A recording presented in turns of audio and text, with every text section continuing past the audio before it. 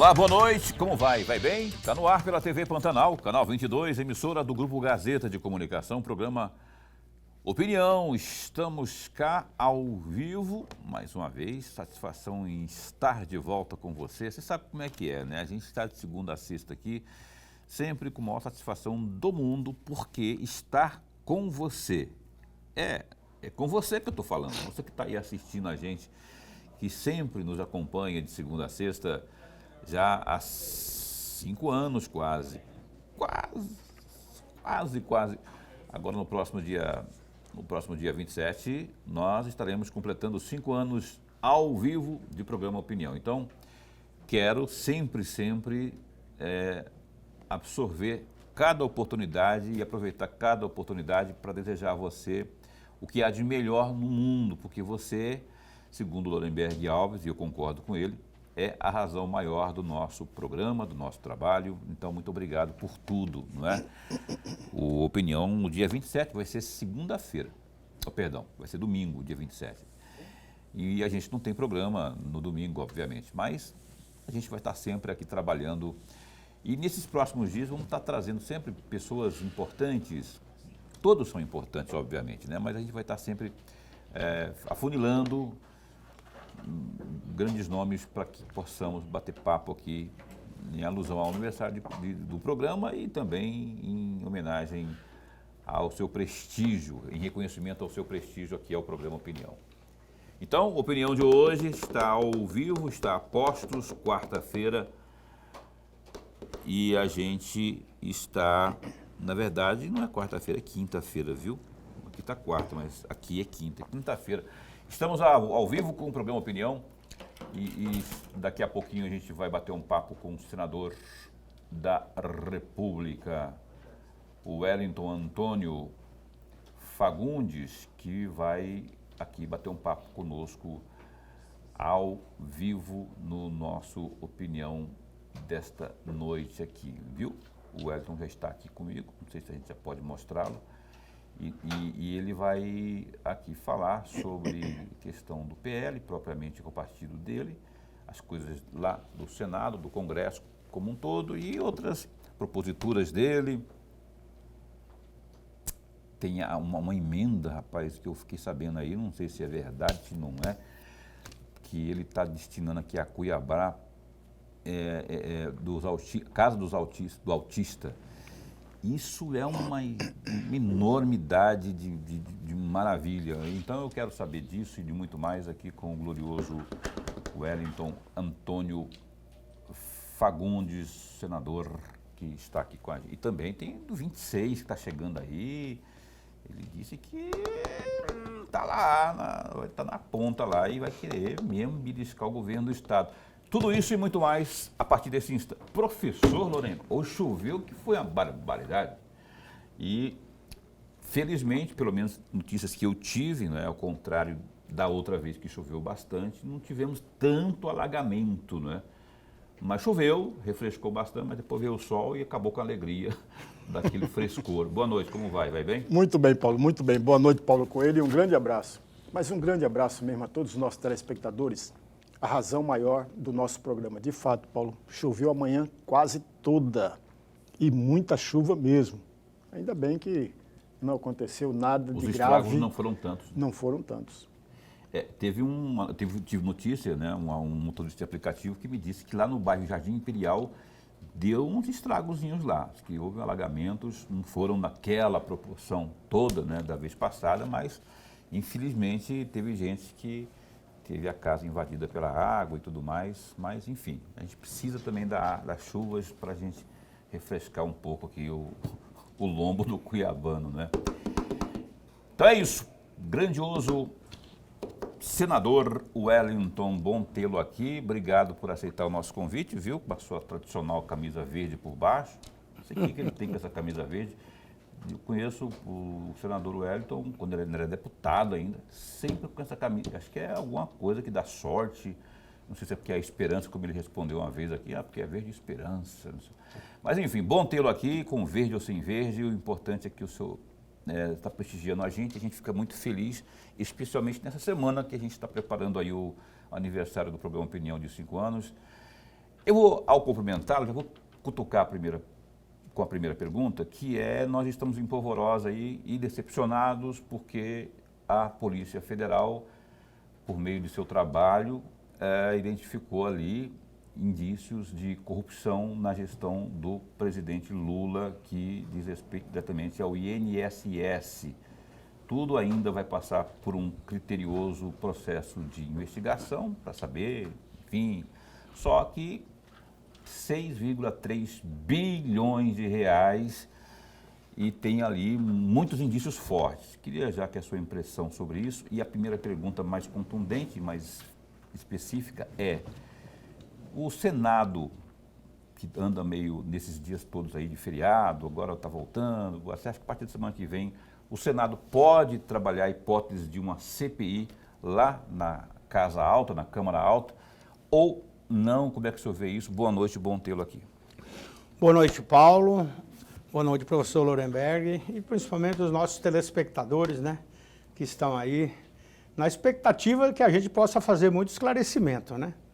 E como você começou abrindo um programa nesse aspecto, realmente é um absurdo, né?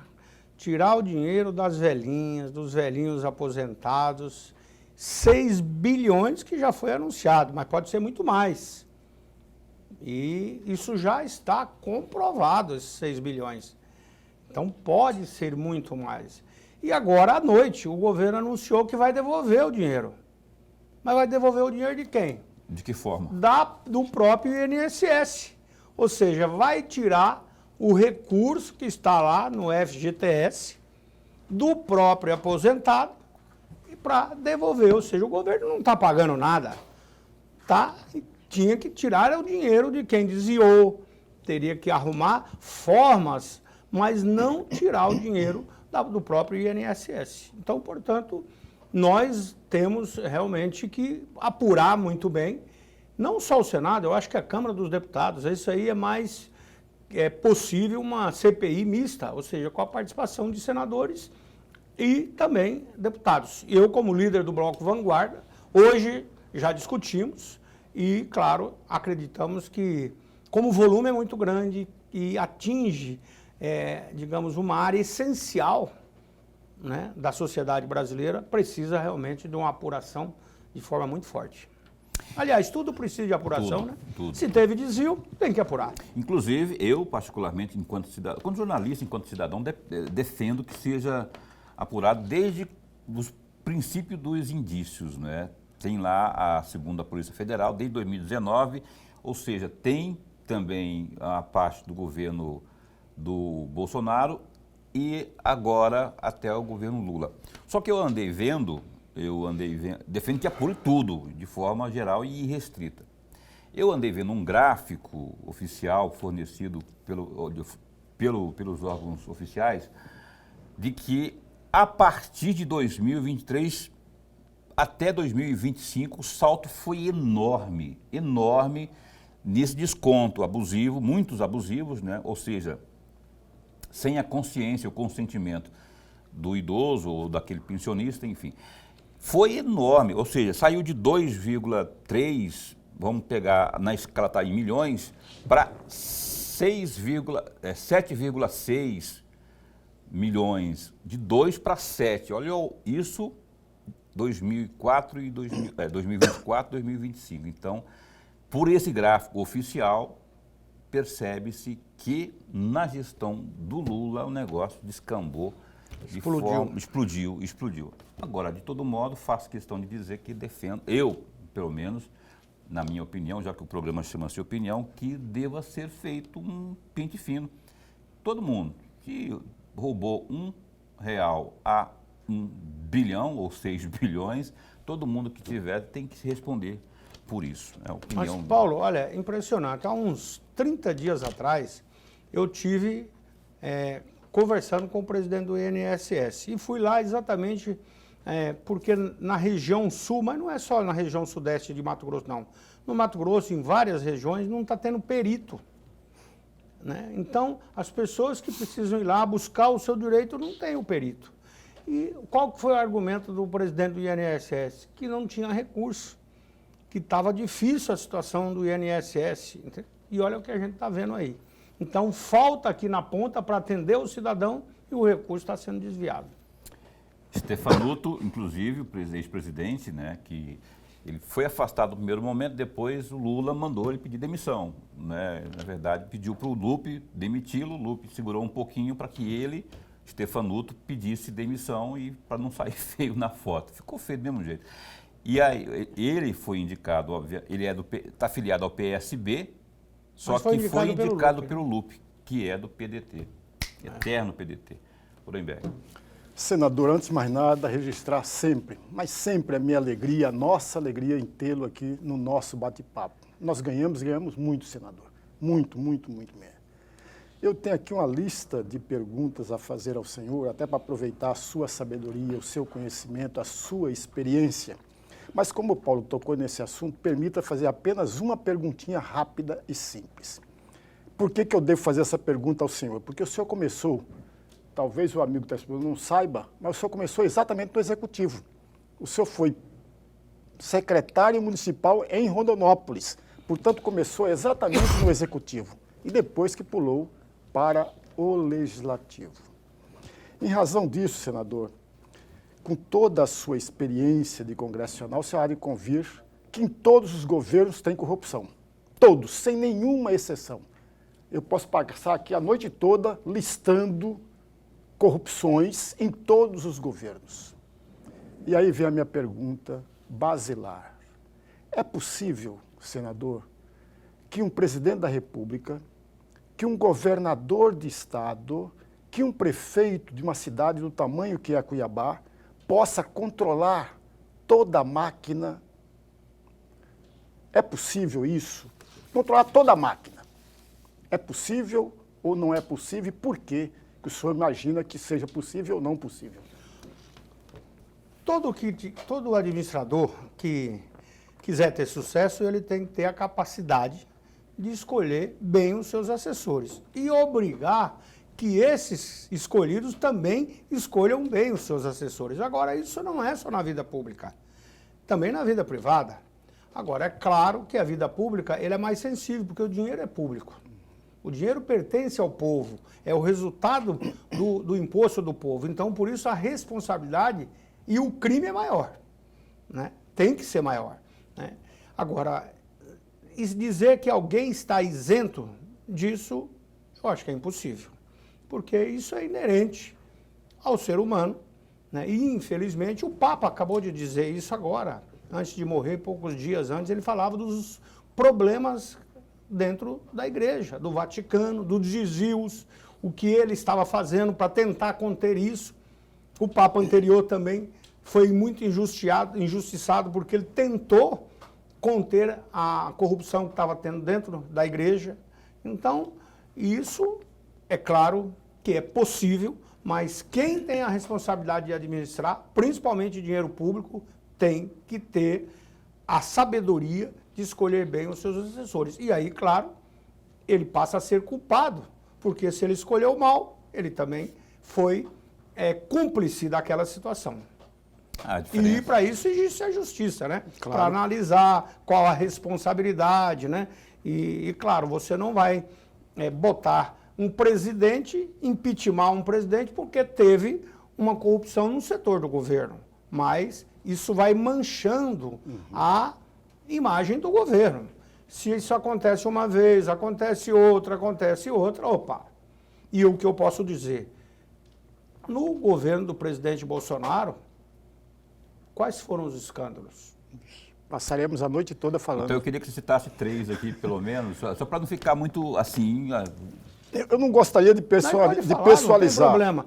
Então não vamos pessoalizar. Não vamos pessoalizar, então, mas eu posso citar aqui... Foi exatamente se é possível um governo passar isento. Se é possível controlar. É difícil. É difícil. Eu me lembro muito bem, senador, e o senhor deve lembrar muito melhor do que eu, que o presidente que tomou uma posição certeira e que, infelizmente, nenhum presidente da República tomou, foi Itamar Franco.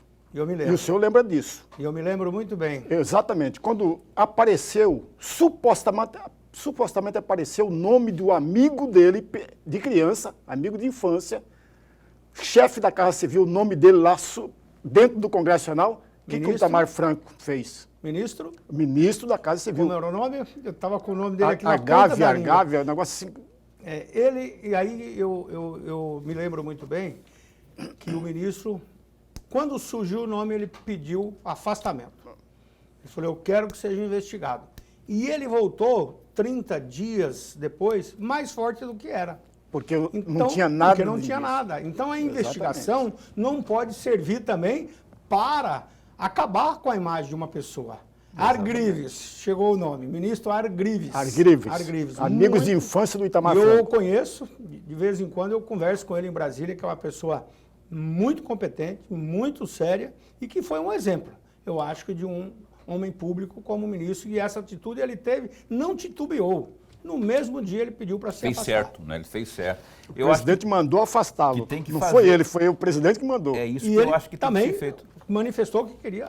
Então foi conjunto ali. A atitude imediata do presidente, né, e do próprio acusado ou suspeito nesse caso aí. Poxa, eu tinha uma pergunta aqui, o Lorenberg perguntou e eu acabei...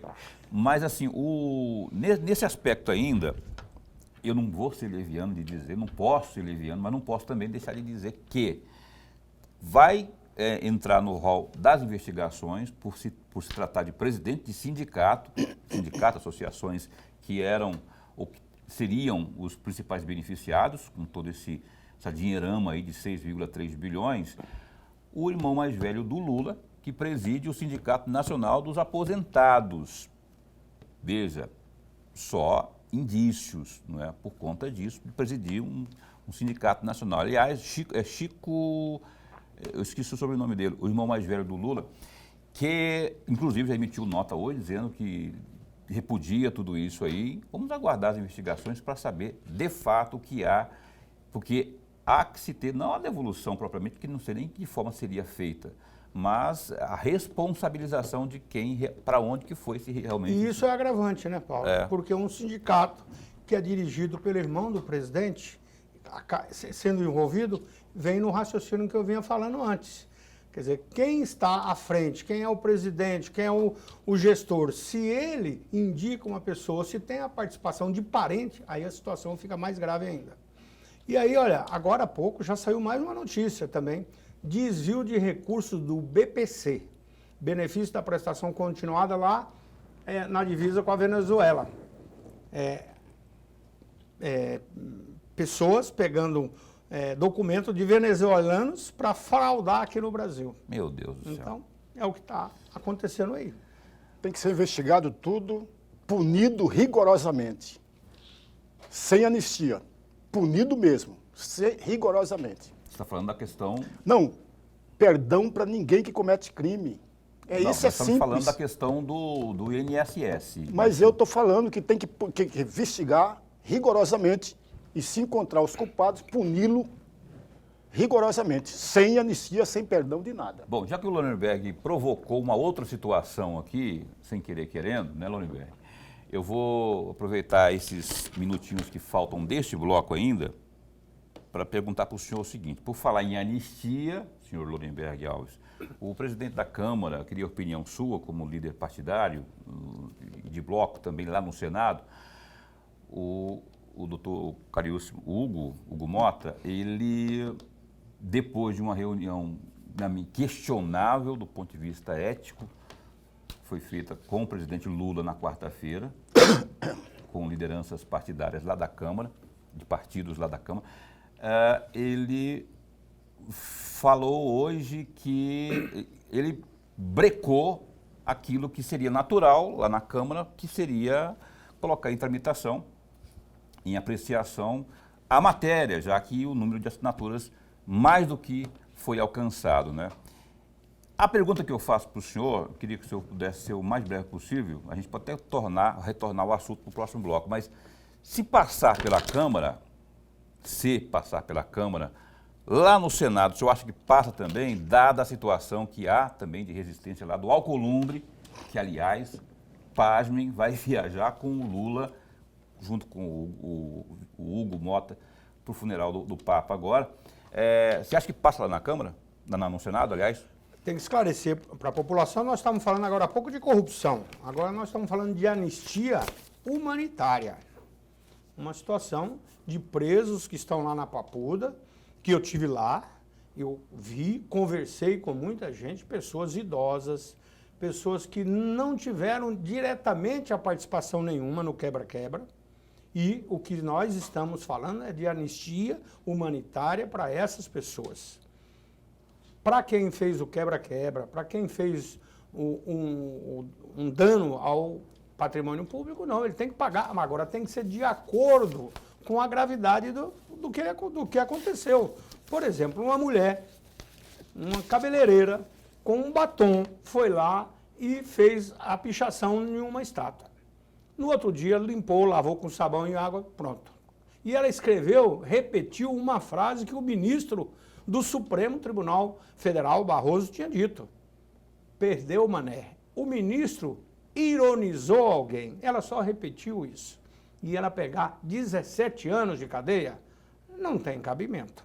Então, aí a gente chama, né, a dosimetria da pena. Não dá para ter 2 pesos, 2 medidas, porque é também anistia, é longo o assunto, né, para explicar, mas essa não é a primeira anistia no Brasil, são várias, e nós não queremos o país dividido. Então a anistia humanitária é com o objetivo, inclusive, de tirar o rancor e fazer com que a gente tenha, principalmente, justiça, né, com essas pessoas que estão sofrendo lá tanto. Eu posso falar depois, porque se falou o tempo aqui, mas eu quero falar sobre também o presidente Bolsonaro foi notificado no hospital. Então tem coisa que está exagerando nesse país. Que eu quero, no próximo bloco, inclusive, abordar isso. Já estava anotado aqui que eu ia lhe perguntar realmente sobre essa, né, posição do Supremo Tribunal Federal com o presidente Bolsonaro lá em plena UTI. O Opinião vai dar um tempo, intervalo comercial, coisa breve. A gente volta em 1 minuto e meio, ainda com o Elton Fagundes aqui falando sobre isso e muito mais ao vivo.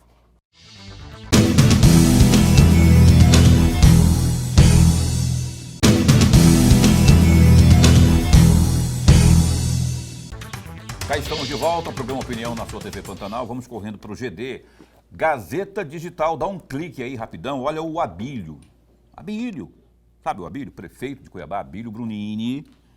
Então, ele garantiu que a tarifa do transporte público não irá aumentar pelos próximos 4 anos, mesmo com a aprovação da gratuidade da locomoção aos domingos, de acordo com o gestor.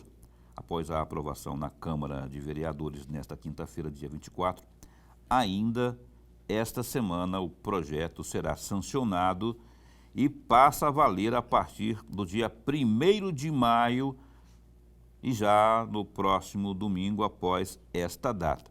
Mesmo com a gratuidade, o usuário precisa do cartão do transporte para utilizar o transporte coletivo. Aspas para o glorioso prefeito. No momento, nós não vamos discutir mais sobre isso, ou seja, o aumento tarifário.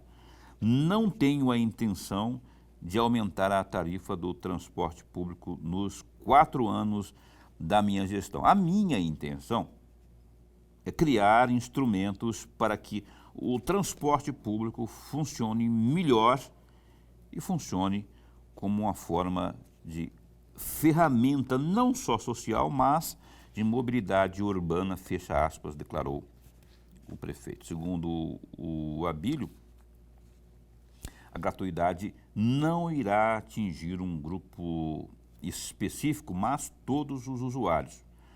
Para isso, será necessário um cadastro comum de cartão do transporte coletivo para que a população possa ter acesso ao transporte, como normalmente já é feito. Contudo, as catracas não estarão, aspas, livres em função aí do próprio sistema de controle de passageiros que exige a passagem de um cartão para liberar. Portanto, está aí Posso fazer uma posicionamento. observação sobre esse assunto? Pode, deve, pois não. Porque isso trata muito do dia a dia do cidadão. Eu quero trazer aqui um exemplo. Você falou que eu comecei como secretário de planejamento em Rondonópolis quando o Barreto foi prefeito. E quando nós ganhamos a eleição, o grande problema da cidade era o transporte coletivo que chamava o rasga-roupa. Porque você sentava na poltrona, eram as molas saindo, então era uma situação caótica. E nós conseguimos em apenas 6 meses resolver o problema. Fizemos a tarifa justa e exigimos frota nova e toda uma situação de melhor atendimento ao cidadão. Olha, naquela época conseguimos ter em Rondonópolis 1 milhão de pessoas sendo transportadas, 1 milhão. Sabe quanto transporta hoje em Rondonópolis? 700 mil, 500 mil. Então por quê? Porque não tem qualidade, aí as pessoas são obrigadas a ir para a moto, para os aplicativos, e o que acontece com isso? O volume de acidentes, né, com mortes, com danos, com prejuízo para o poder público é muito grande. Então, o transporte coletivo eficiente tem a ver diretamente com a qualidade de vida do cidadão. Porque se tiver um transporte coletivo eficiente, ele vai preferir, às vezes, deixar a moto na casa dele. Ele vai deixar o carro na casa dele. O problema é que as pessoas hoje são obrigadas a ter outra alternativa. Você falou aí, usar os aplicativos, ter que pagar às vezes mais caro, porque o transporte é ineficiente. Então, eu sempre entendo que transporte coletivo é fundamental, principalmente em cidades grandes, né? Mais ainda. Pois é. Então, parabéns ao Abílio, né, por concordar e, enfim, com essa posição aí do transporte gratuito aos domingos e também por garantir aí que não vai mexer com essa anarquia aí de aumento que a gente via sempre nas gestões anteriores aí. O prefeito entrava, mal esquentava ali a cadeira, já cedia a pressão, né, aspas, pressão, e já vinha com aumento. Então, vamos ficar cobrando aqui, vamos ficar de butuca aqui, mas eu prefiro acreditar na palavra do Abílio nessa questão do não aumento nos 4 anos, não é? E só não vou usar o transporte coletivo para vir ao programa Opinião no domingo, porque não tem programa no domingo, senão ia vir de coletivo, lá do Morada do Ouro para cá. Falar em Abílio, glorioso senador Wellington, o Abílio, na gestão dele, tem uma preocupação muito forte com a questão do amparo às pessoas que têm familiares com autismo, o TEA, né, transtorno do espectro autista.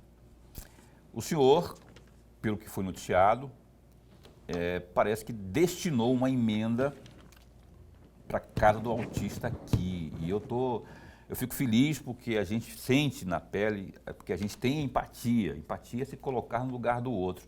Ver tantas pessoas aí precisando desse amparo e o senhor parece que está, eu quero que o senhor confirme, né? Estendendo as mãos para esse setor aqui em Cuiabá. Bom, eu tenho algumas questões que eu sempre fiz questão de focar. A questão do idoso. No meu primeiro mandato, eu fiz aí o projeto, né, que foi o Estatuto do Idoso, depois foi apensado a vários projetos, criamos a Lei Orgânica de Assistência Social e depois o benefício da prestação continuada, que hoje são mais de 5 milhões de pessoas atendidas. Por isso eu fico revoltado quando eu vejo a notícia que estão desviando dinheiro até do benefício da prestação continuada, dos velhinhos. E faltando para muitos, né? E essa questão do autista é uma bandeira também do Abílio, mas principalmente da Samanta, né, que é a primeira-dama e é vereadora também. E quando eles começaram a falar esse assunto, eu falei, olha, eu quero ajudar, eu quero fazer a minha parte. E anunciamos, né, porque ele também anunciou isso na campanha, e hoje, felizmente, eu posso aqui anunciar que já está o recurso empenhado, dentro de um recurso que eu trouxe para o governo do Estado, e claro, às vezes o recurso vai para a infraestrutura e nós, os parlamentares, indicamos as áreas para colocar. Então, o secretário Fábio já me comunicou e já foi empenhado 6 milhões de reais para fazer a Casa do Autista. E a Samanta disse, nós não vamos fazer só uma não. Com 6 milhões, provavelmente vai dar para fazer 2. Opa. E até colocando a contrapartida da prefeitura, poder fazer até mais. Então, porque Cuiabá é muito grande, né? Muito grande. Tem, né, a necessidade e esse atendimento, digamos, é um atendimento que você tem a criança na escola e você pode fazer o contraturno. Então, a atenção, ela é muito necessária. E eu fico muito feliz, inclusive falei hoje com a Samanta, amanhã provavelmente vamos nos reunir para efetivar o projeto, porque tem que entregar o projeto, tem que aprovar e depois a licitação. Espero que a gente não demore muito para que isso logo aconteça, que a gente possa começar essa obra muito importante, inclusive dentro da proposta do Abílio de campanha, né? Proposta dele, da Samanta e, claro, de todos nós que apoiamos o Abílio também. Professor Lorenberg. Senador, tem aqui uma fala do senhor no dia 28 de abril de 2022. Uma fala no Senado. Lá numa sessão especial, estava exatamente homenageando a Embrapa. E um trecho que eu destaquei dessa fala do senhor. Entre aspas, uma empresa que tem a vocação de produzir tecnologia para que possamos ter produtividade, a Embrapa multiplica o seu dinamismo, desdobrando em 43 unidades de pesquisa. A Embrapa Sinop é a mais moderna porque foi a última a ser instalada.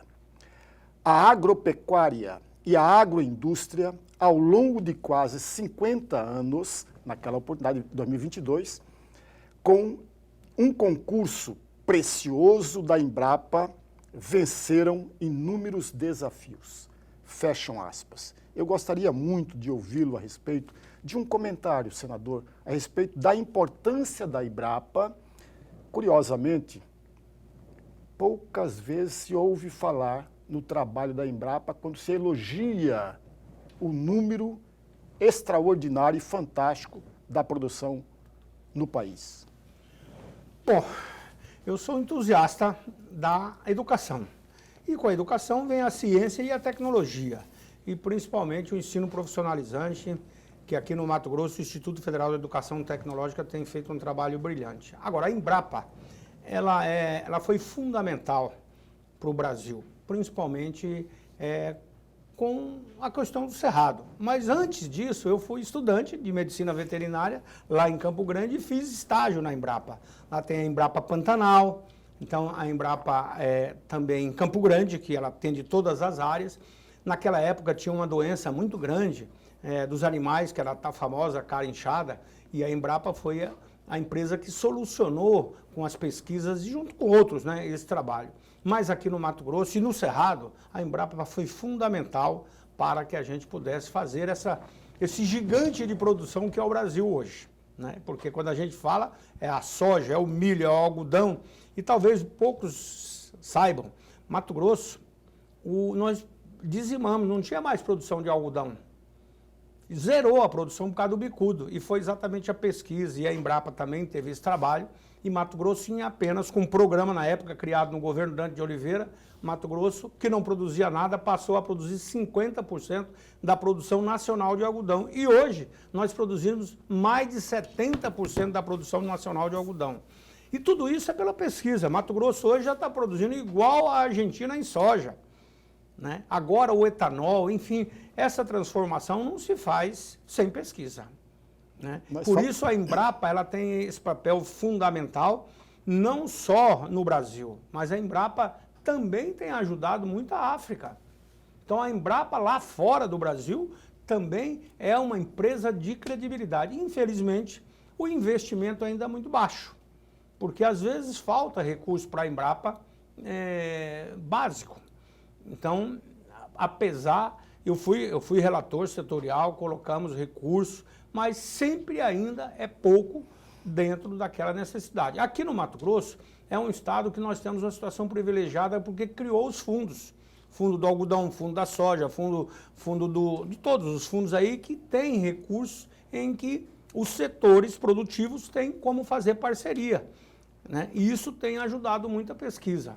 Mato Grosso é um estado numa situação das melhores do Brasil nesse aspecto. Nós falávamos agora há pouco de Rondonópolis, né? O senhor deve se lembrar muito bem disso, que Rondonópolis foi chamada a rainha do algodão Lembra da época que era chamada assim? E era a roça de toco. O que era a roça de toco? Era no enxadão, na enxada, né? E aí veio o bicudo e acabou. Por isso que eu contei essa história. Senador, eu quero voltar quer dizer, trocar de assunto mais uma vez. O ex-presidente Jair Bolsonaro foi intimado em plena UTI, onde ele está. Aliás, teve uma notícia agora há pouco, preocupante, no final da tarde, que o quadro de saúde do Bolsonaro piorou por conta de uma elevação na pressão arterial dele. E aí, coincidência ou não, se dá essa alteração no quadro clínico dele, depois de uma oficial de justiça a mando do STF o intimar, não é, lá na UTI. Ele até disse a ela assim, a senhora sabia que a senhora está dentro de uma UTI, não é? E aí eu queria que a senhora dissesse sobre isso aí. Parece uma coisa meio de fígado quando existe uma sequência de decisões vindas do Supremo Tribunal Federal, para não falar do Alexandre de Moraes, que é quem está à frente disso tudo. Eu queria que o senhor desse a sua opinião a respeito disso aí. Paulo, o que eu posso dizer é o seguinte, no Brasil está faltando Deus no coração de muita gente. Principalmente o julgador, ele tem que ter sensibilidade. E aí muitos poderiam dizer, olha, mas o Bolsonaro já tinha atendido outras pessoas. Ele atendeu o Malafaia, que foi lá visitá-lo, a própria mulher, o filho, e ele fez até uma live. Mas, gente, quando chega uma oficial de justiça para notificar, é algo emocional. Então, aquilo vai na emoção da pessoa. E, claro, quem viu lá o próprio Bolsonaro perguntando, a senhora sabe que você está numa UTI? Quem mandou a senhora aqui? Aí ela disse, olha, o senhor sabe que foi. Não, a senhora tem que dizer quem foi. É importante, porque o Brasil precisa saber quem foi. E ela leu o nome do ministro do Supremo Tribunal Federal, Alexandre, que fez questão de mandar ir lá notificá-lo dentro de uma UTI. Olha, gente, isso é desumano, a meu ver. Isso está passando dos limites. Então, é claro que o presidente, como qualquer ser humano, a emoção acaba indo na flor da pele. E, com certeza, isso prejudicou e vai prejudicar a saúde. Porque o presidente Bolsonaro, tudo o que está acontecendo é resultado de uma facada, de uma campanha. E de lá para cá, quantas cirurgias ele passou? Essa última cirurgia, 12 horas de cirurgia. E isso é fruto de quê? De um ser humano que quer continuar fazendo o que ele mais gosta. Implementar, criar, brigar para que no Brasil tenha uma democracia verdadeira, com direito de ir e vir, de cada um falar. Nós estamos aqui no programa e, claro, cada um pode ter ideias divergentes, não precisam ser convergentes. Isso é a democracia. E, infelizmente, não está tendo isso no país. Está cada dia mais claro. Isso, ao meu ver, não é só desumano, mas isso também, inclusive, tem que se questionar. É legal, é correto, é justo mandar citar alguém numa UTI? Primeiro, o paciente não tem como sair dali, né? Então, se ele vai ficar mais um dia, 5 dias, 10 dias, ele vai ter que ter direito à resposta, ele vai fazer isso dentro da UTI, conforme o próprio presidente falou. É o advogado que vai fazer. Não é o advogado, é o advogado com o paciente, com o cliente que está ali. Ele tem que, o advogado ele vai transcrever de acordo com a lei, mas quem dá o depoimento é aquele que está sendo acusado. O jurista André Marcília, ele comentou isso no final da tarde de hoje, dizendo que e é um respeitadíssimo jurista brasileiro, há elementos de sobra ali para anular os efeitos desta intimação, não é? Não, evidentemente que... Mas esses efeitos não adianta mais. Pois o que interessa é a emoção, é a situação de saúde do paciente. É isso que eu ia falar. Não é interesse da defesa jurídica do Bolsonaro, porque o estrago já foi feito aí, né? O Wellington falou bem claro aqui, 12 horas, e aí me vem uma decisão de um ministro que quer fazer o negócio acontecer. Mas é a mesma coisa que está acontecendo com aquelas pessoas que estão sofrendo lá na Papuda. Mesmo que estiveram presentes agora. Tem que separar o joio do trigo. Eu defendo que aqueles bagunceiros lá, que entraram lá, que invadiram, que quebraram, que defecaram, que quebraram o relógio, que fizeram um escambau lá, sejam punidos proporcionalmente com a dosimetria que caiba, que estejam previstas na legislação. Não é? Agora, com dosimetria, com honestidade intelectual, inclusive ao defender ou não a anistia. Anistia nunca, anistia não, sem anistia. Tem que ter empatia. Empatia é se colocar no lugar do outro, não é? Simplesmente, pintou com batom, Código Penal, legislação, o que tem de previsto lá, de previsibilidade? Puna. Agora, gente, absurdo, nós estamos vivendo com isso aí. A gente vai ter que ir para o intervalo comercial mais uma vez. O Opinião volta num instante só.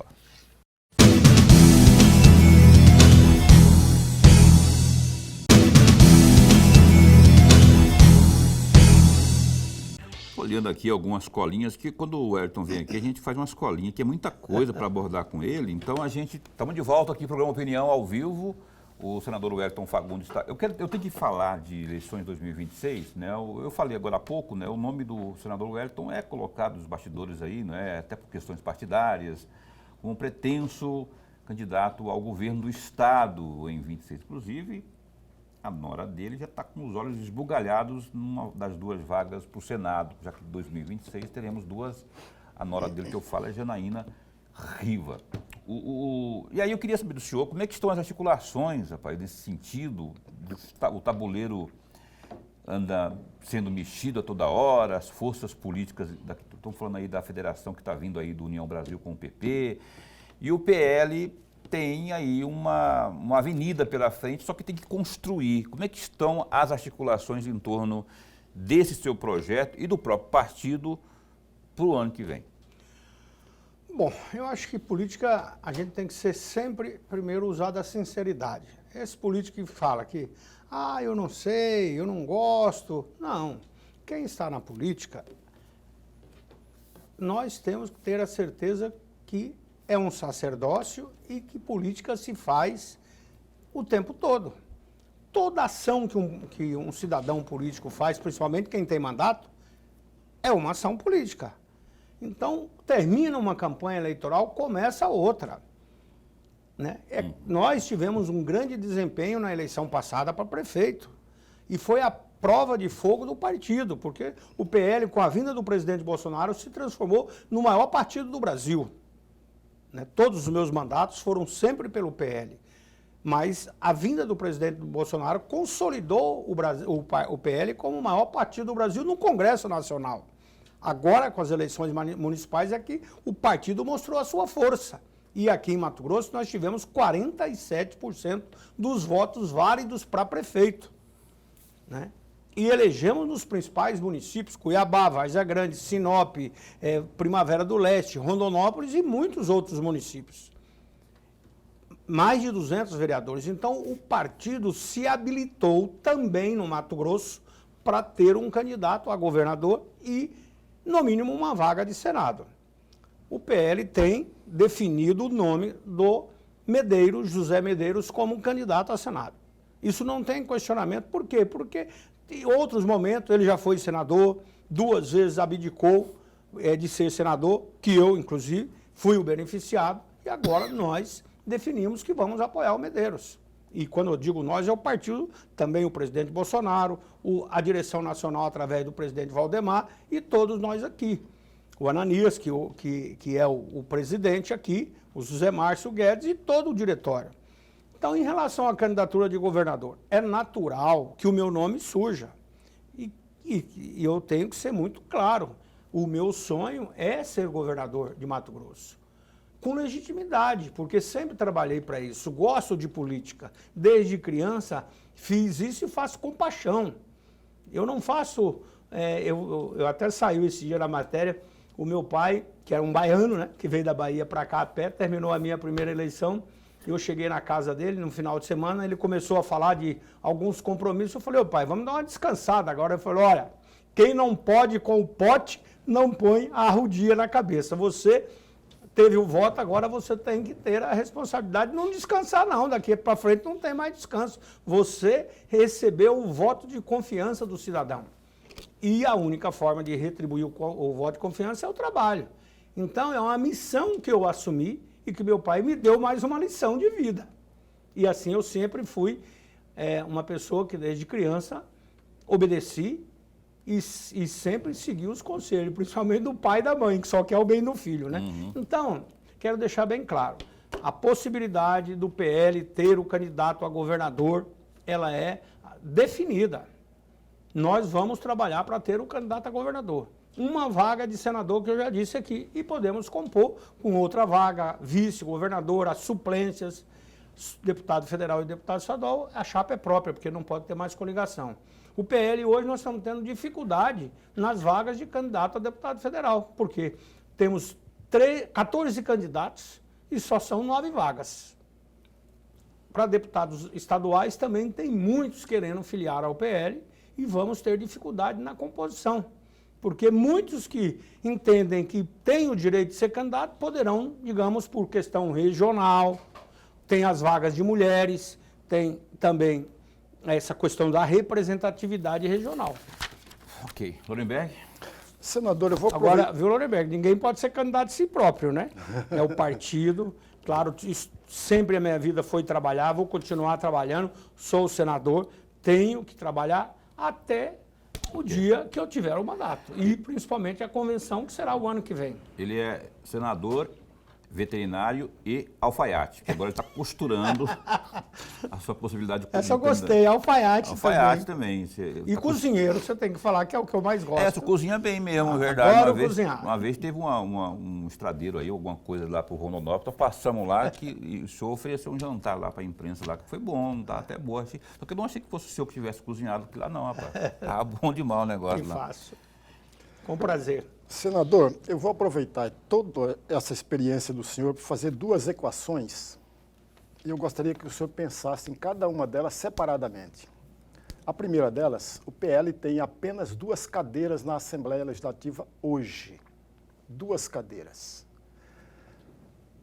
Na cabeça do senhor, que o senhor, além de ser um grande político, é a maior liderança do PL dentro do estado de Mato Grosso. Ninguém nega isso.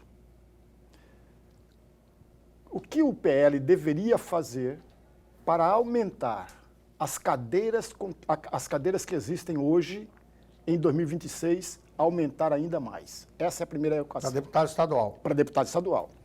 A segunda equação, um pouco mais complicada, vamos imaginar, senador, porque nós podemos trabalhar com a hipótese aqui. O senhor saia de fato candidato a governador do estado pelo PL. O Medeiros sai candidato ao Senado, o governador Mauro Mendes venha candidato ao Senado. Na verdade, o vice-governador passa a ser governador e passa a ser candidato à reeleição a governador. Mas imaginemos que o senhor vença as eleições. O senhor sai do Senado, vem para governador do estado, o seu primeiro suplente é o Mauro de Carvalho, integrante do grupo político do senhor Mauro Mendes. E aí vem a minha questão. O grupo do senador Mauro Mendes vai ficar muito fortalecido com a sua eleição para governador e com a eleição do próprio Mauro Mendes para o Senado, porque terá o mesmo grupo 2 senadores da República. Isso está muito claro, não tem nem que discutir, né? A decisão do governador Mauro de ser candidato, claro, caberá a ele próprio, com a família dele, e ele pode também terminar o governo, é possível, né? Nós, do PL, contamos dessa forma, nós teremos um candidato a governador e uma vaga de senador, com o Medeiros, exatamente nessa linha para poder compor a majoritária, é isso o nosso trabalho. E, claro, sempre pensando na eleição de presidente da República, que o nosso candidato é o presidente Bolsonaro. internamente no PL está definido, ele é o candidato e nós vamos fazer tudo para que ele seja o nosso candidato, o homem mais popular, o homem que consegue estar na rua, estar junto da população, por isso nós acreditamos muito ainda que essa força política que o presidente Bolsonaro tem, está presente, junto com a massa, isso vai ser fundamental para que a justiça dê a ele essa condição de elegibilidade. Porque, olha, ter uma eleição para presidente sem o presidente Bolsonaro não vai ser uma eleição democrata. Bom, em relação a deputado estadual, vou responder objetivamente a sua pergunta. Nós temos que corrigir o erro da eleição passada. Como é que pode um partido que elegeu 4 deputados federais eleger só 2? E por que isso? Porque muitos queriam filiar ao PL e, à época, os 3 deputados entenderam que não deveria. Então, o que foi? Seguraram o partido, então, que tinha 3 deputados estaduais de mandato, elegeu só 2.